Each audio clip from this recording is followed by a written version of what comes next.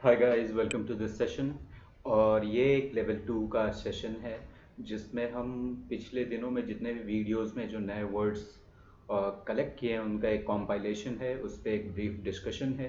And this video is useful for candidates जो CGL के लिए, बैंक एग्ज़ाम्स के लिए, चाहे क्लर्क हो या पीओ हो, एनडीए या सीडीए, सीलैट, इस स्टैंडर्ड के एग्ज़ाम्स के लिए जो प्रिपेयर कर रहे हैं उनके लिए ये वीडियो बहुत ही यूज़फुल होने वाला है। Okay, and this are very very important words. They are 100% probability है कि आपको किसी न किसी एग्जाम में कहीं ना कहीं पे ये वर्ड्स दिखेंगे ही दिखेंगे। Alright, so now let me go ahead and let me start this session. इससे पहले कि ये सेशन स्टार्ट करूँ मैं, okay, just give me a moment, it's just taking a bit of time. All right, now let me go ahead. Guys, there are altogether 16 words, so in सब का discussion मैं करता हूँ and I will try to keep it brief. So let us go here, let me choose the color. So yeah, so guys, the first word, this is incarnation. What is this word? This is incarnation. अब incarnation का जो हिंदी मतलब है वो है अवतार। अवतार हम बोलते हैं ना, ये भगवान विष्णु के अवतार हैं, तो इनकारनेशन। ओके, सो इनकारनेशन का मतलब हो गया अवतार। तो इसको हम लोग यूज कैसे करेंगे? देखो, Buddha as an incarnation, incarnation of Vishnu लिख देता हूं मैं, यहां पे माना भी गया है इनको। हो गया। अब देखो, ये वर्ड जो है कॉल्ड्रन, कॉल्ड्रन का मतलब होता है बहुत बड़ा सा कड़ा, कड़ाही, देगची समझते हो ना, बड़ा सा देग। देग, इसको मैंने ढेग लिख दिया, आप इसको देग पढ़िए, समझ गए। सो अब जिसमें बहुत, अब जिसमें बड़े सारे लोगों का खाना एक बार बन जाए, लेकिन इसको यूज कैसे करते हैं? जैसे मैं आपको एक एग्जांपल देता हूं, बिहार पॉलिटिकल कॉल्ड्रॉन। अब ये जो बिहार की राजनीति है, ये जो पूरा बड़ा सा हांडी चढ़ा हुआ है जिसमें बहुत सारे दल, बहुत सारी पार्टियां अपना अपना खिचड़ी पका रही हैं, तो ये जो पूरा बिहार का माहौल है, बिहार का जो पूरा पॉलिटिकल इन्वायरमेंट है, इसी को क्या लिख दिया? Bihar political cauldron. Alright, and now look at this word profound. I believe कि मेरे स्टूडेंट्स को इस वर्ड का मतलब पता है। और प्रोफाउंड का मतलब क्या होता है? कोई भी ऐसा चीज जिसको आप बहुत स्ट्रांगली फील कर सके, ठीक है ना, तो उस चीज को हम लोग कहेंगे क्या? प्रोफाउंड। इसको हम लोग इंग्लिश में, जैसे देखो आप, वेरी ग्रेट, वेरी ग्रेट, ठीक है ना। जैसे मैं क्या बोलता हूं? Profound sense, profound sense of affection, affection. Alright, तो इस तरीके से इसको यूज करेंगे, प्रोफाउंड। तो अभी आप देखो, इन तीनों वर्ड्स को डिस्कस कर लेते हैं। इनकारनेशन क्या हो जाएगा? नाउन होगा। कॉल्ड्रन, ये भी किसी चीज का नाम है, नाउन होगा। और प्रोफाउंड, इसको किस चीज के पीछे यूज कर रहे हैं? सेंस ऑफ अफेक्शन, एक नाउन के पीछे यूज कर रहे हैं। So what will be this? This will be an adjective. फिर मैंने 2 बार शायद प्रोफाउंड लिख दिया है। अब ये देखो, पेरीफेरी, पेरीफेरी क्या होता है? Suppose that this is an area, तो ये जो बाउंड्री का एरिया है, ये जो बाउंड्री का एरिया है, this is the periphery, this is the periphery. Alright, so got it. Resemble, resemble का मतलब होता है किसी चीज की तरह दिखना, समझ गए ना। तो जैसे लिख देता हूं, I resemble my father, I resemble my father, मैं उनकी तरह दिखता हूँ, ठीक है ना। तो ये एक वर्ड हो गया रिजेंबल का। रिजेंबल का मतलब किसी की तरह दिखना, तो ये क्या हो जाएगा? वर्ब हो जाएगा। और पेरीफेरी, देखो आपने इस चीज का नाम दे दिया, तो पेरीफेरी क्या हो जाएगा? नाउन हो जाएगा। एफेमेरल, एफेमेरल का मतलब मैंने क्लास में डिस्कस किया है, और इसका मतलब होता है लास्टिंग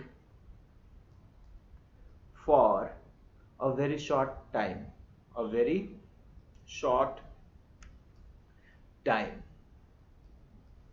हिंदी में इसको बोलते हैं क्षणभंगुर, लेकिन मैं उसको लिखूंगा नहीं। जो भी चीज बहुत थोड़ी देर के लिए लाइफ करे, लास्ट करे, उसको क्या बोलेंगे? Ephemeral. My happiness was ephemeral, मतलब it lasted for a very short time. Okay, तो ये चीज क्या है?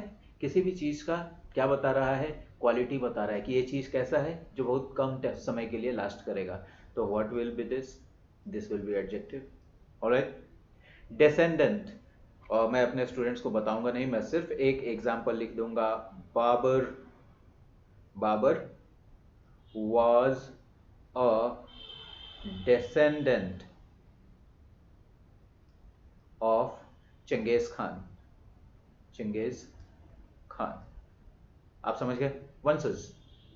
Okay, Tej and Tejashwi, these are the descendants of mister Lalu Prasad Yadav. तो descendant, Babar was a descendant, तो ये क्या हो गया? नाउन हो गया। आपने वंशज का नाम दे दिया descendant। ऑब्सक्योर, ऑब्सक्योर का मतलब मैं आपको बता चुका हूं, क्या? अननोन, आप जानते हैं। An obscure poet, an obscure poet, poet का स्पेलिंग मैंने यहाँ पे गलत लिख दिया है। सो एन ऑब्सक्योर पोएट का मतलब एक गुमनाम poet. Alright, so let me see आगे क्या कौन से वर्ड्स हैं। अब देखो, ये कोलोसल है। कोलोसल का मतलब क्या होता है? कोलोसल का मतलब होता है ह्यूज, मैसिव। डैमेज के साथ बहुत इस्तेमाल किया जाता है ये। जैसे क्या लिखते हैं? Colossal loss, colossal, I hope कि मैंने स्पेलिंग सही लिखा है। Colossal loss, colossal damage. Alright,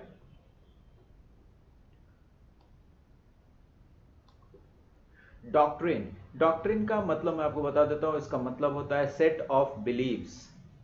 आपके क्या क्या विश्वास है, वही आपका डॉक्ट्रिन है।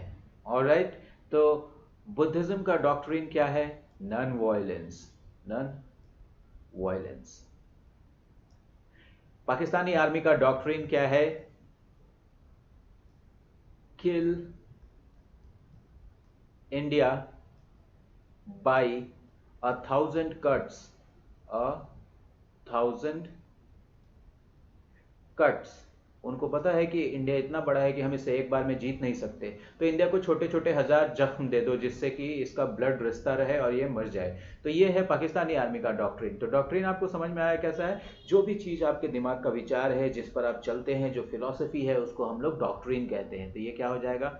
नाउन हो जाएगा। और कोलोसल देखो, ह्यूज, मैसिव, एडजेक्टिव हो जाएगा।